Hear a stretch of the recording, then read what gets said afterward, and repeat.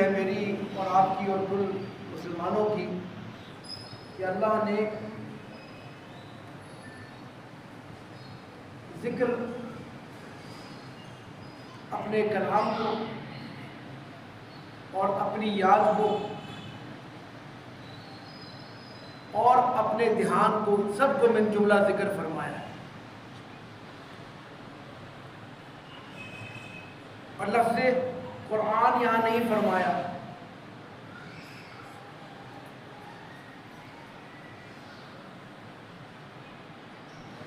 اس کے معنی یہ ہوئے کہ قرآن عظیم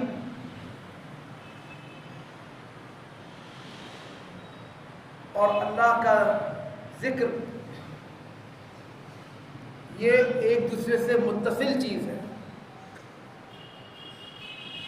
قرآن اللہ کا کلام ہے اور اللہ کے کلام کو پڑھنے سے، کو سیکھنے سے، سمجھنے سے، عمل کرنے سے اللہ کی ذات سے تعلق مضبوط ہوتا ہے. لیکن قرآن عظیم کے احکامات ہر وقت ہمارے سامنے رہیں اور ہم سے خطا، لفظ، گناہ نہ ہو، اس کے لیے دھیان ضروری ہے اللہ کی طرف. ورنہ تولتے ہوئے، ناپتے ہوئے، بات کرتے ہوئے انسان غلطی، خطا کر سکتا ہے.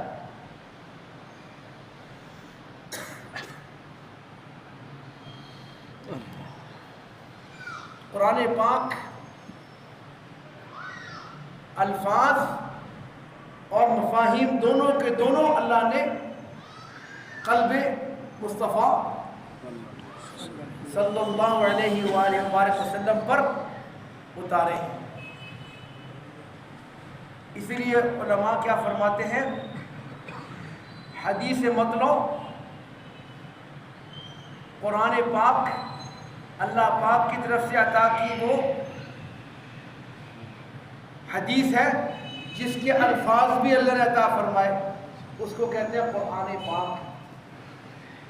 وحی، اللہ کی وحی، وما ينطق عن الهوى ان هو الا وحی یوحی، کہ آپ صلی اللہ علیہ وسلم اپنے طور پہ کچھ نہیں فرماتے بلکہ جو کہتے ہیں وہ اللہ کی طرف سے وحی ہوتا ہے، اللہ کا حکم. تو بات سمجھنے کی ہے کہ قرآن پاک کے الفاظ 114 سورتوں، 30 سپاروں، 2 جلدوں کے درمیان ہمارے سامنے آتے ہیں، لیکن اللہ نے اس کے مفاہیم بھی ساتھ اتارے ہیں. وہ مفاہیم قلب مصطفیٰ صلی اللہ علیہ وسلم پر، حضور اکرم صلی اللہ علیہ وسلم کے سامنے قرآن پاک کے مفاہیم اللہ نے منکشف فرمائے، جن کو آپ نے اپنی مبارک زندگی میں عمل کر کے، بیان کر کے، تشریح فرما کے، تفصیل فرما کے، احادیث مبارکہ کے ذریعے پوری امت کو عطا فرمائے. اور ان کے محافظین اللہ نے 1,24,000 صحابہ کرام جو حجۃ الوداع کے دن موجود تھے اور نبی پاک صلی اللہ علیہ وسلم کے دنیا میں تشریف لانے سے پہلے اللہ نے 1,24,000 پیغمبر بھیجے، انبیاء علیہ السلام بھیجے. اور انبیاء میں سے چند پیغمبر تھے جن کو وحی اور رسالت ملتی تھی، ان میں سے چند تھے جن کو صحیفے، اور 4 سے جن کو کتابیں ملی. ان سب کے مہر نبوت لگی تھی کہ نبی پاک صلی اللہ علیہ وسلم کی تشریف آوری سے پہلے نقل بمطابق اصل ہر نبی نے خبر دی. نبی آخر الزمان صلی اللہ علیہ وسلم اللہ کا پیغام اس دنیا میں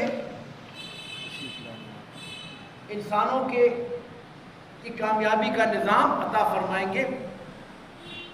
اور جب آپ صلی اللہ علیہ وسلم تشریف لے آئے تو پھر نبوت کا دروازہ ہمیشہ ہمیشہ ہمیشہ کے لیے بند ہو گیا، اور آپ کے صحابہ کرام علیہم رضوان 1,24,000 کم و بیش، اب ان کو مہر نبوت کی ضرورت نہیں ہے، اب وہ فوٹو کاپیاں ہیں. آپ صلی اللہ علیہ وسلم کی تربیت یافتہ جماعت. تو عرض کرنے کا مقصد یہ ہے کہ ہماری کامیابی کی بنیادیں خود نبی پاک صلی اللہ علیہ وسلم نے ارشاد فرما دی. فرمایا ترکت فیکم امرین لن تضلوا ما تمسکتم بہما، کہ میں تم میں 2 چیزیں چھوڑ کے جاتا ہوں، تم کبھی گمراہ نہیں ہوگے اگر ان کو تھامے رکھو گے. لن تضلوا، یہ عربی زبان کا لفظ جو ہے اس میں شدت ہے کہ کبھی گمراہ نہیں ہوگے. ما تمسکتم بہما، اگر تم نے ان کو پکڑے رکھا. مسک کہتے ہیں کہ مضبوطی سے تھامے رکھنا، ٹوٹے نہ پائے. صحابہ رضی اللہ عنہ کیا فرمایا؟ کتاب اللہ و سنت نبی صلی اللہ علیہ وسلم، کہ وہ اللہ کی کتاب اور اللہ کے نبی صلی اللہ علیہ وسلم کی سنت ہے. تو میرے بھائیوں، بات بالکل سیدھی سی ہے. ہماری کل مسلمانوں کی، کل انسانوں کی کامیابی اللہ کی کتاب اور اللہ کے نبی کی سنت کو پکڑنے میں ہے، اس کے علاوہ کوئی راستہ نہیں. اللہ کی کتاب کی ضرورت اس لیے ہے کہ قیامت تک کے لیے اب نبی نہیں آئیں گے. نبی آخر الزمان، فخر موجودات، باعث کون و مکان، رحمت للعالمین صلی اللہ علیہ وسلم پورے کا پورا پیغام دے کے ہمیں چلے گئے، پردہ فرما گئے. انبیاء علیہ السلام اپنی قبور میں حیات حی ہیں، ان کی حیات شہداء سے اونچے درجے کی ہے، اور شہداء کو اللہ نے فرمایا وہ اموات نہیں ہے، ان کو موت نہیں آتی. تو تمام انبیاء اپنی اپنی قبور میں شہداء سے اونچے درجے میں حی ہیں. لیکن جو دنیا میں ان کی زندگی کا وقت تھا وہ اللہ نے پورا کیا، ہر نبی نے اپنا کام کیا. اور امام الانبیاء فخر موجودات صلی اللہ علیہ وسلم نے 9.5 سال تبلیغ کی. نوح علیہ السلام نے ایک کسی جیسے لوگ پیدا ہوئے، لیکن نبی پاک صلی اللہ علیہ وسلم کی حکمت اور اللہ نے جو ان کو توفیق عطا فرمائی، 23 سال زندگی میں پوری دنیا میں شرق و غرب، شمال و جنوب میں اسلام کا جھنڈا، اسلام کا پیغام، ہدایت کا، آپ کی مبارک جماعت صحابہ کرام اور ان کے تربیت یافتہ تابعین اعظام اور ان کی تربیت یافتہ تابعین اور انشاءاللہ تا قیامت علماء ربانیین اور اہل اللہ اس کام کو انجام دیتے رہیں گے. شرط کیا ہے؟ کہ جو کتاب اللہ اور اللہ کے نبی کی سنت کے حامل، ظاہر کے عالم اور باطن کے کامل ہوں گے، انہی سے خیر پھیلے گی. جس کے علم میں کمی ہوگی، جس کے اندر کی اصلاح نہ ہوئی بھی ہوگی، وہ لوگوں کی اصلاح کے بجائے لوگوں کو مغالطے میں یا خدا نہ خواستہ گمراہی میں ڈالنے کا باعث بن سکتا. بس میری اتباع، یعنی اللہ نے اپنی ایمان، اپنی ذات پر ایمان اور اللہ کی بات کو ماننے اور اللہ کے حکم چلنے کی ایک دلیل مانگی ہے ایمان والوں سے. وہ کیا ہے؟ فَاتَّبِعُونِی، بس میری اتباع کرو. کس کی؟ محمد رسول اللہ صلی اللہ علیہ وسلم. اور ساتھ ہی ارشاد فرمایا یحببکم اللہ، کہ جب یہ کرو گے تو اللہ پاک آپ سے محبت فرمانے لگیں گے. کیونکہ محبت کا قاعدہ کیا ہے؟ کہ محبت ہمیشہ 2 طرفہ ہوتی ہے. ان سے ایک طرفہ ہو سکتا ہے، بدھ 2 طرفہ ہو اور ایک طرفہ دونوں ہو سکتے ہیں، لیکن محبت کا اصول یہ ہے کہ لازم جانبین ہوتی ہے. تو اللہ نے لفظ محبت فرمایا. یہاں پہ انس نہیں فرمایا، بدھ نہیں فرمایا. یحببکم اللہ، اللہ پاک آپ سے محبت کرنے لگے. تو معلوم کیا ہوا کہ کامیابی کا ایک ہی ذائچہ ہے، وہ ہے آپ صلی اللہ علیہ وسلم کی اطاعت. اور وہ اطاعت بہت آسان ہے. فی آیات محکمات، قرآن پاک میں بعض باتیں بالکل واضح ہیں، اوامر اور نواہی، یہ کام کرنا یہ نہیں کرنا، جھوٹ نہیں بولنا سچ بولنا، چوری نہیں کرنی جائز محنت کرنی، زنا نہیں کرنا شادی کرنی، گواہی سچی دینی ہے جھوٹ نہیں بولنا، اللہ حاضر قیاس. لیکن بعض وَأُخَرُ مُتَشَابِهَاتٌ، بعض چیزوں میں اشتباہ ہوتا ہے، اور جن چیزوں میں اشتباہ اس کے بارے میں کیا ارشاد ہے کہ فَاسْأَلُوا أَهْلَ الذِّكْرِ إِن كُنتُمْ لَا تَعْلَمُونَ، تم اہل ذکر سے پوچھو. یہاں پھر ذکر کا الفاظ ہے کہ ان سے پوچھو جو اللہ کی بات کو یاد رکھتے ہیں. وہ کون ہے؟ وہ علماء ربانیین ہیں جن کے ایک ہاتھ میں قرآن عظیم، دوسرے ہاتھ میں حدیث خیر الانام، اور ان کا عمل، ان کے نفس کی اصلاح ان کے علماء، اساتذہ اور اکابر اہل اللہ سے ہو چکی ہے. جب علم کی تکمیل ہوتی ہے تو سند دی جاتی ہے،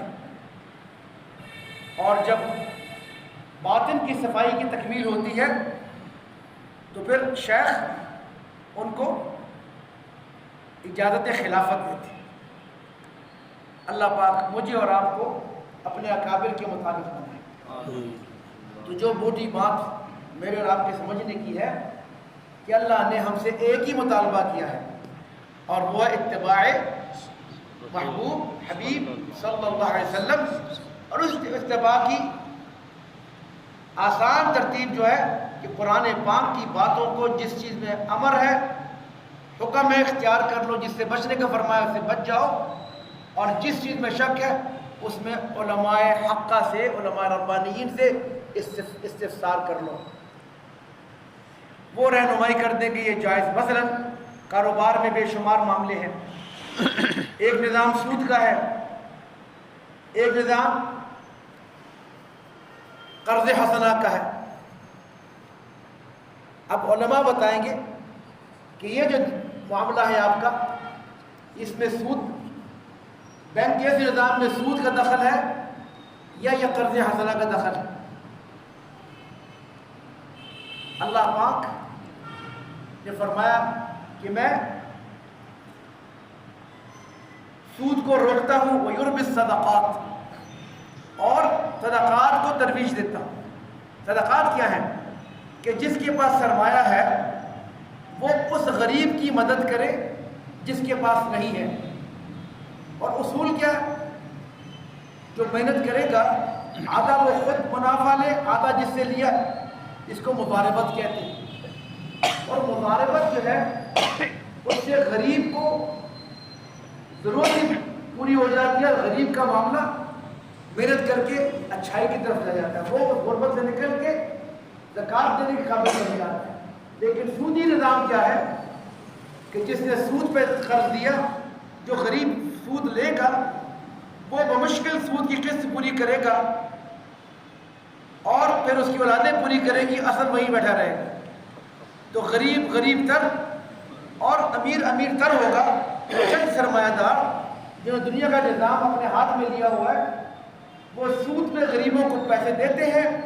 غریب محنت بھی کرتا ہے اور غلامی بھی کرتا ہے، اور امیر بغیر کام کیے، بغیر محنت کیے اس پیسے سے وہ سود خوری کرتا ہے. یہ دنیا میں انسانوں پر، عام لوگوں پر، اس میں شرط نہیں مسلمان ہو، ہر انسان پہ ظلم ہے سود کے نظام کا. اور اللہ نے جب فرمایا کہ اس کو روک دو، سود ختم ہو گیا، فَأَذَنُوا بِحَرْبٍ مِّنَ اللَّهِ، اگر پھر بھی نہیں رکتے تو یاد رکھو یہ اللہ اور اللہ کے رسول سے اعلان جنگ، معمولی بات نہیں. تو جب تک قرآن پاک سے انسان نہیں سیکھے گا، مسلمان صرف کہ میں مسلمان ہوں، نمازیں پڑھ لیتا ہوں اور میں روزے بھی رکھ لیتا ہوں، لیکن وہ سودی کاروبار سے نہیں بچے گا، لیکن وہ حرام کام سے نہیں بچے گا، تو وہ کامیابی اختیار نہیں کر سکتا. صحابہ کرام 313 تھے بدر کے مقام پر، نہتے تھے، ہتھیار چند تھے، چند گھوڑے تھے، باقی پیدل تھے، اور ان کے مقابلے میں 1000 کا لشکر جو گھڑ سوار اور تیر اور تلوار سے لیس تھے اور پوری دنیا کے جوہلا ان کے پیچھے تھے، اللہ نے اپنے فضل سے ان 313 کو اپنی رحمت سے فتح نصیب فرمائی۔ وہ فتح کیا تھی؟ جب انسان اللہ کے رستے میں اپنی جان مال سب کچھ لے کے حاضر ہوتا ہے، پھر اللہ فرشتے اتار کے مدد فرماتے ہیں، اور یہ فرشتے صرف بدر میں نہیں اترے، حنین میں بھی اترے، اور یہ ہر مسلمان پر اللہ رحمت فرماتے ہیں جو اللہ کے راستے میں نکلتا ہے۔ بات جو سمجھنے کی ہے کہ کامیابی کا راستہ آپ صلی اللہ علیہ وسلم کی اتباع، اور اتباع کے لیے قرآن پاک اور سنت دونوں کو پکڑنا پڑے گا۔ قرآن بھی آپ کی عطا اور آپ کی حدیث مبارکہ بھی آپ کی عطا، تو ہمارا راستہ اللہ سے جڑتا کیسے ہے؟ اپنے نبی صلی اللہ علیہ وسلم کے ذریعے سے۔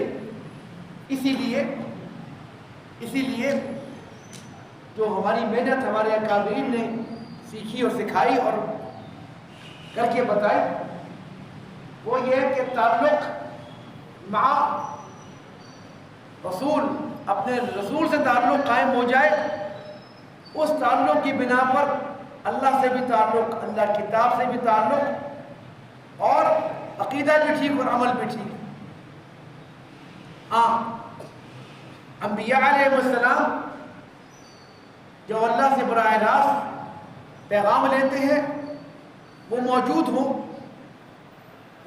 ہوں تو اور بات، اب چونکہ قیامت تک کے لیے اسی پیغام ہدایت میں آگے جانا ہے، تو ہمارے سامنے کل بین و انسان کے سامنے اگر کوئی اور شعوری مخلوقات ہو، جنات ہو یا کوئی اور مخلوق جس میں شعور ہو، وہ سب کی ہدایت کے لیے اللہ نے اسی قرآن عظیم کو، اسی حبیب پاک صلی اللہ علیہ وسلم کی سنت کو معیار فرمایا۔ اللہ پاک ہمیں اس پر قائم رہنے کی اور اس کی جدوجہد کرنے کی توفیق عطا فرمائے۔ ہماری آئلی زندگی ہو، گھریلو زندگی ہو، کاروباری زندگی ہو،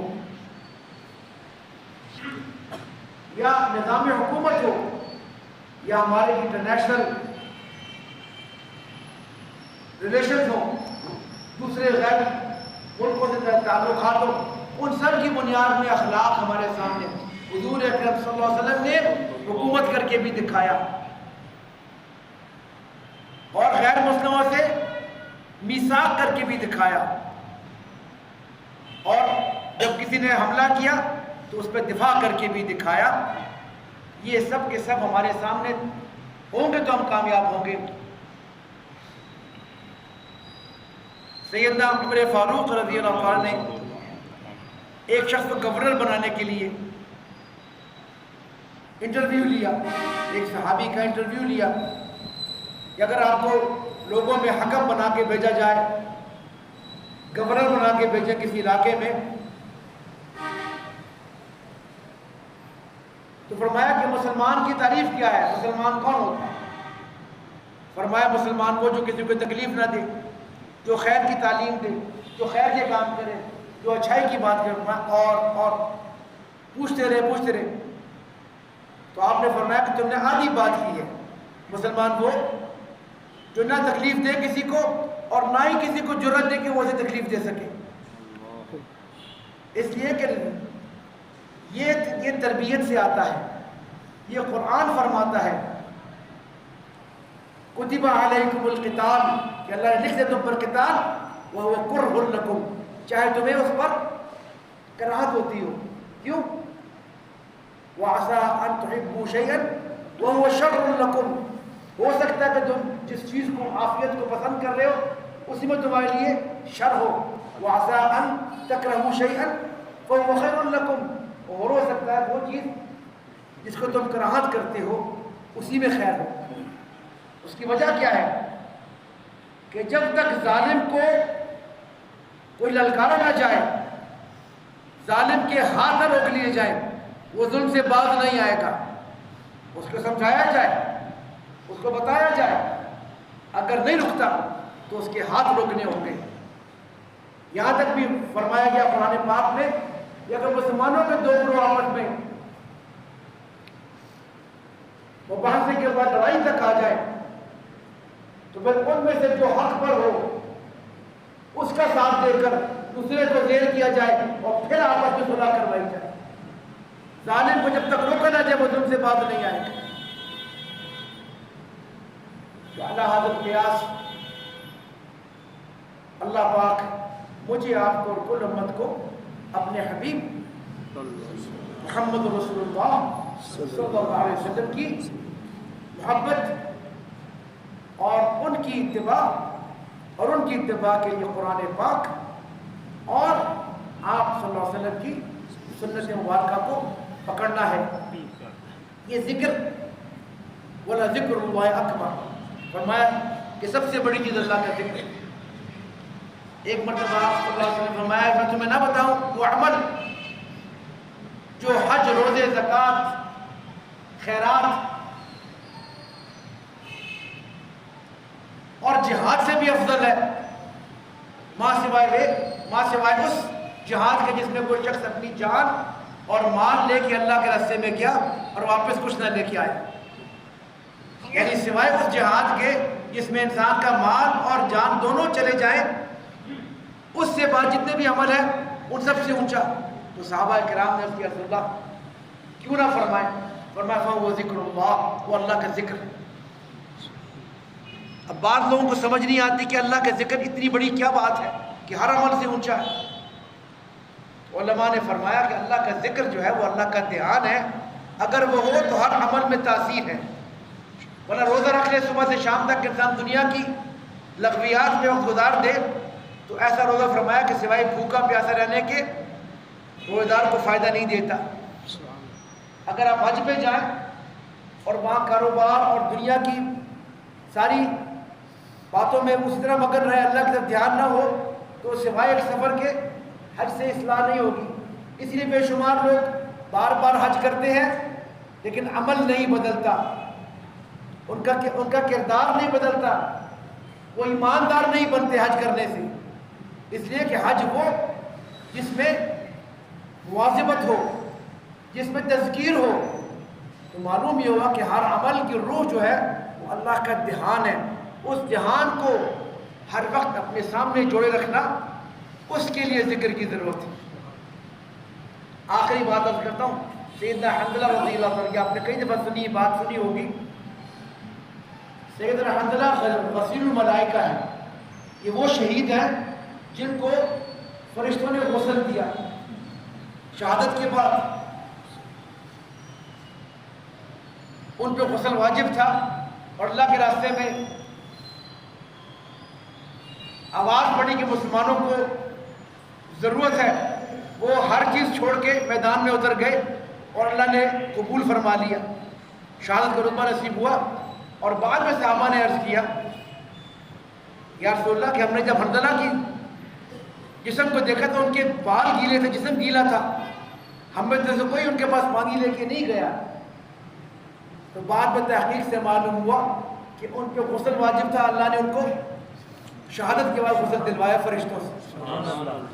یہ وہ صحابی حنظلہ وہ مدینہ طیبہ کی گلی میں دوپہر کے وقت جب آرام کا وقت ہوتا گرمی میں, وہ مدینہ طیبہ کی گلیوں میں روتے ہوئے جا رہے ہیں, چلاتے ہوئے جا رہے ہیں, نافق حنظلہ نافق حنظلہ, حنظلہ منافق ہو گیا, حنظلہ منافق ہو گیا. تو سیدنا عمر فاروق رضی اللہ کے کان میں آواز پڑی اور بعض روایتوں میں سیدنا صدیق اکبر اور صحابیوں کی, ہو سکتا ہے کہ زیادہ لوگوں کی کے سامنے واقعہ پیش آیا. تو انہوں نے پوچھا حنظلہ کیا کہہ رہے ہو, دیوانے ہو گئے؟ تو انہوں نے کہا کہ جب میں آپ صلی اللہ علیہ وسلم کی صحبت مبارک میں ہوتا ہوں تو میری ایمانی کیفیت یہ ہوتی ہے جیسے میں جنت اور دوزخ میری آنکھوں کے سامنے ہے, جیسے میں ہر چیز کو عین الیقین سے دیکھ رہا ہوں, مجھے ہر چیز میں ایمان کامل ہوتا ہے. لیکن جب میں گھر جاتا ہوں, بچوں میں, کاروبار میں, تو وہ کیفیت نہیں ہوتی. تو انہوں نے کہا یہ تو نفاق ہے. نفاق کیا ہے کہ ایمان کبھی کچھ کبھی کچھ. تو سیدنا فاروق اعظم نے فرمایا حنظلہ میں نے تو غور نہیں کیا، یہ کیفیت تو مجھے بھی ہوتی. پریشان ہو گئے. اسی پریشانی میں دوپہر آرام کے وقت میں جا کے دربار رسالت پاک صلی اللہ علیہ وسلم میں پیش ہو گئے اور آپ کو اندر آنے کی اجازت ملی. خاص بات ہے کہ آرام کے وقت میں پریشانی سے آ گئے اور روتے ہوئے پریشان ہو کے حضرات پہنچے. جب آنے کا سبب عرض کیا تو آپ نے فرمایا، تبسم فرما کے مسکرا کے فرمایا کہ نبی کی صحبت اور غیر صحبت کا فرق تو ہونا چاہیے. نبی کی صحبت میں جو کیفیت ایمان کی ہو وہ صحبت کے بغیر وہ کیفیت نہیں رہ سکتی. پھر ارشاد فرمایا کیا تم چاہتے ہو کہ یہ کیفیت باقی رہے؟ تو ان صحابہ نے عرض کیا رسول اللہ یہی تو پریشانی ہے، یہی تو ہم چاہتے ہیں، یہی تو ہماری مراد ہے. فرمایا اپنے دل کو اور اپنی زبان کو اللہ کے ذکر سے غافل نہ کرو اور یہ کیفیت نہیں ٹوٹے گی. تو یہ جو مجلس ذکر ہے یہ فرض یا واجب نہیں ہے. ایک مرتبہ نبی پاک صلی اللہ علیہ وسلم تیز قدم تشریف لائے مسجد نبوی شریف میں. صحابہ کرام ایک جگہ اکٹھے بیٹھے تھے دائرے کی صورت میں، جیسے آپ اکٹھے بیٹھے ایسے بیٹھے تھے.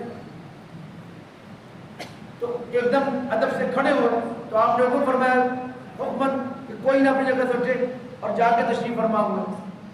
اور فرمایا کہ تم لوگ کیا عمل کر رہے تھے؟ انہوں نے کہا رسول اللہ ہم تو آپ کے انتظار بیٹھے تھے کہ ہم نے کیا عمل کرنا ہے. پھر آپ نے ارشاد فرمایا، پھر آپ نے قسم دے کر چلا.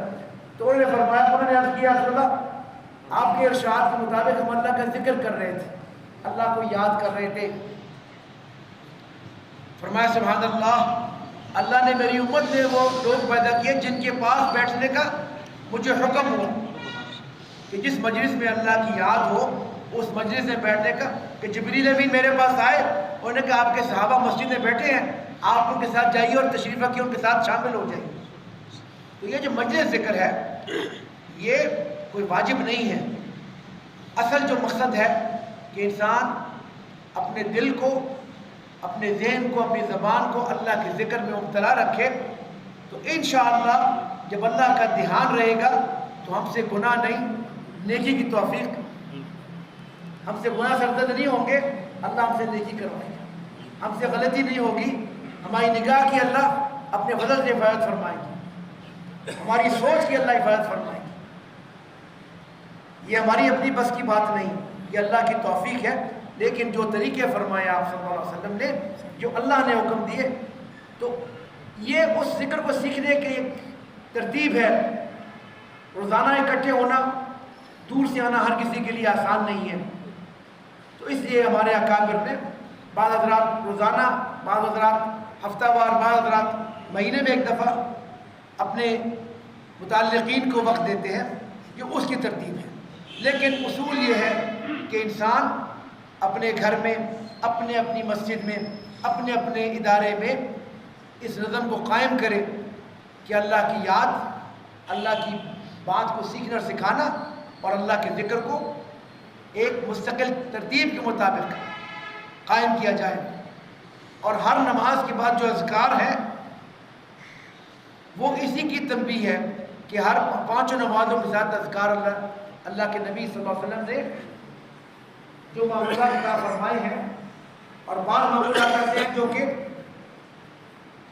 ہر دفعہ نہیں کیے، وہ آہستہ آہستہ انسان کو نصیب ہو جاتے ہیں اپنے کیفیت کے مطابق. جو اہل اللہ ہوتے ہیں، جو علماء ربانیین اور اللہ کا نام بتانے والے حضرات ہوتے ہیں، وہ انسان کی کیفیت کے مطابق، اس کی صلاحیت کے مطابق، اس کی ضرورت کے مطابق اس کو تلقینات فرماتے ہیں کہ آپ استغفار زیادہ کریں، آپ دروشی زیادہ پڑھیں. لیکن بالعموم یہ تسبیح، تحلیل، تکبیر، یہ سارے اذکار ہیں جس میں سبحان اللہ کے صیغے آتے ہیں، لا الہ الا اللہ کے صیغے آتے ہیں، اور سب سے بڑھ کر اللہ کے نبی صلی اللہ علیہ وسلم درود. تو میرے عرض کرنے کا مقصد یہ ہے کہ اس تلقینات کو سیکھنے کے لیے شرط نہیں کہ انسان روزانہ اکٹھا ہو، ہفتے میں اکٹھا ہو، لیکن جو ترتیب ہو. لیکن ہر شخص کو 5 نمازوں کے ساتھ اپنے اذکار کو، مسنونہ اذکار کو، اور جو اس کے شیخ کی، اس کے استاد کی تلقین ہو، مثلا بعض طلباء جو ہے ان کو 2 دفعہ پڑھ کے یاد ہو جاتا ہے، استاد سے کہتا ہے اس کو 2 دفعہ دہرا کے تو اپنے کام پہ چلے جاؤ، یا دوسرا سبق شروع کر دو۔ ایک دوسرے شاگرد سے استاد کہتا ہے تم 10 دفعہ پڑھ کے پھر میرے پاس آؤ، پھر بتاؤ تم نے کیا کرنا ہے۔ ہر طالب کی، ہر سالک کی استعداد اور معیار اور منزل فرق ہوتی ہے۔ ایک کی منزل یہ ہے کہ اس نے کام شروع کرنا ہے، ایک کی منزل یہ ہے اس نے جا کے پڑھانا ہے، ایک کی منزل یہ ہے کہ اس نے جا کے علماء کو پڑھانا ہے۔ تو ان تینوں کی تربیت کا انداز فرق ہوگا۔ تینوں ایک شیخ کی خدمت میں آئیں گے، لیکن تینوں کے ذمہ داری مختلف ہوگی، اور یہ شیخ جانتے ہیں کہ کس کو۔ جب حضرت امام لاہوری رحمۃ اللہ علیہ لاہور تشریف لائے، اپنے ارادے سے نہیں آئے تھے، آپ میں اکثر جانتے ہوں گے حضرت رحمۃ اللہ علیہ کو تحریک آزادی میں، تحریک ریشمی رومال میں جب ریشمی خطوط کا انکشاف ہو گیا، حضرت سندھی رحمۃ اللہ دلی سے جا چکے تھے کابل، تو گرفتار کر کے لایا گیا۔ فرمایا جب میں لاہور شہر میں آیا تو یہاں میں کسی ایک شخص کو بھی نہیں جانتا تھا۔ جب انہوں نے کہا کہ اپنے 2 ضامن لے آئے اور لاہور شہر میں آپ رہ سکتے ہیں، فرمایا میں تو کسی کو جانتا ہی نہیں اس شہر میں، مجھے کوئی نہیں جانتا، میری کون ضمانت دے گا؟ تو گجرانوالے سے جہاں پہ بچپن میں حضرت پڑھتے تھے وہاں سے 2 ضامن ملے اور انہوں نے آ کے ضمانت دی۔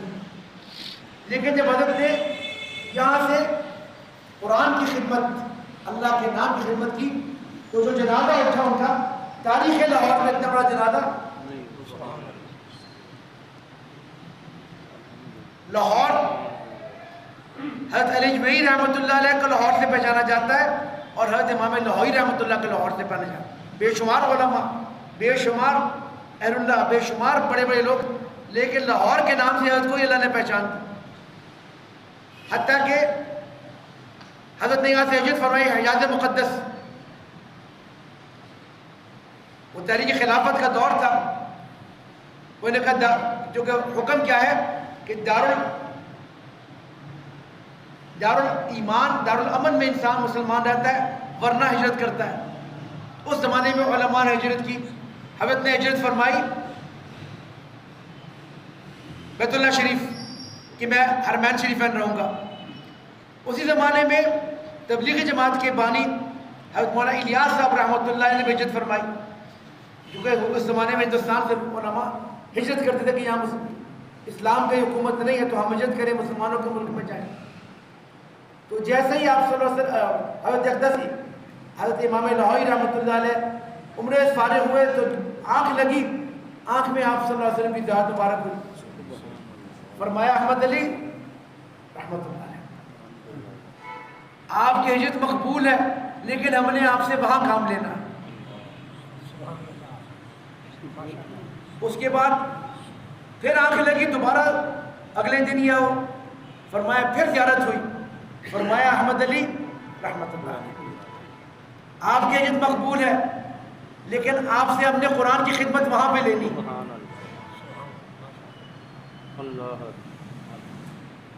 اب تیسرے دن پھر زیارت ہوئی، پھر فرمایا احمد علی آپ کی ہجرت مقبول ہے، خلق خدا کو اللہ کے نام سے کرنے خدمت وہاں پہ لینی ہے۔ حضرت میں تیسرے جب جو ہے اب بےدبی لگی کہ میں رکوں، واپسی کا سفر شروع کر دیا۔ یہ مدینہ بہادری واپس مکہ مکرمہ، جب مکہ مکرمہ پہنچے تو کسی نے بتایا، مولانا رحمۃ اللہ کرانوی سعودیہ کے جو محتمم مربانی تھے، کہ یہ مولوی الیاس صاحب روتے جا رہے ہیں، کئی دن سے روتے جا رہے ہیں اور کسی کو بات پتہ نہیں کیوں رو رہے ہیں۔ تو حضرت امام لاہوری رحمۃ اللہ علیہ مولانا الیاس صاحب دوست تھے، ساتھی تھے، ہم سبق تھے، 1-8 سال آگے پیچھے تھے، لیکن بہت محبت کا تعلق تھا۔ تو حضرت نے پوچھا بھائی مولوی الیاس صاحب کیا ہو گیا؟ تو انہوں نے کسی کو بات نہیں کی، حضرت لاہوری سے فرمایا کہ مجھے زیارت ہوئی میرے نبی صلی اللہ علیہ وسلم، انہوں نے فرمایا الیاس واپس جاؤ، تم سے وہاں کام لینا۔ اور وہ رو رہے ہیں کیا رو رہے ہیں؟ فرمایا میں تو کوئی عالم بھی نہیں، اتنے بڑے عالم تھے، فرمایا میں تو عالم بھی نہیں، زبان میں رکنا تھی، میری زبان بھی چلتی نہیں، میں کس کام کا، میں کیا کام کروں گا؟ اسی بات پہ رو رہے ہیں۔ فرمایا مجھ سے کام نہیں رہا، میں تو کسی کام کا نہیں، میں کیا کام کروں گا؟ اسی کیفیت میں اہل اللہ جو ہے اپنے آپ کو کمتر سمجھتے ہیں، حالانکہ ان سے بہتر کوئی نہیں تھا، ان سے بہتر کوئی ان کو خواب آتی۔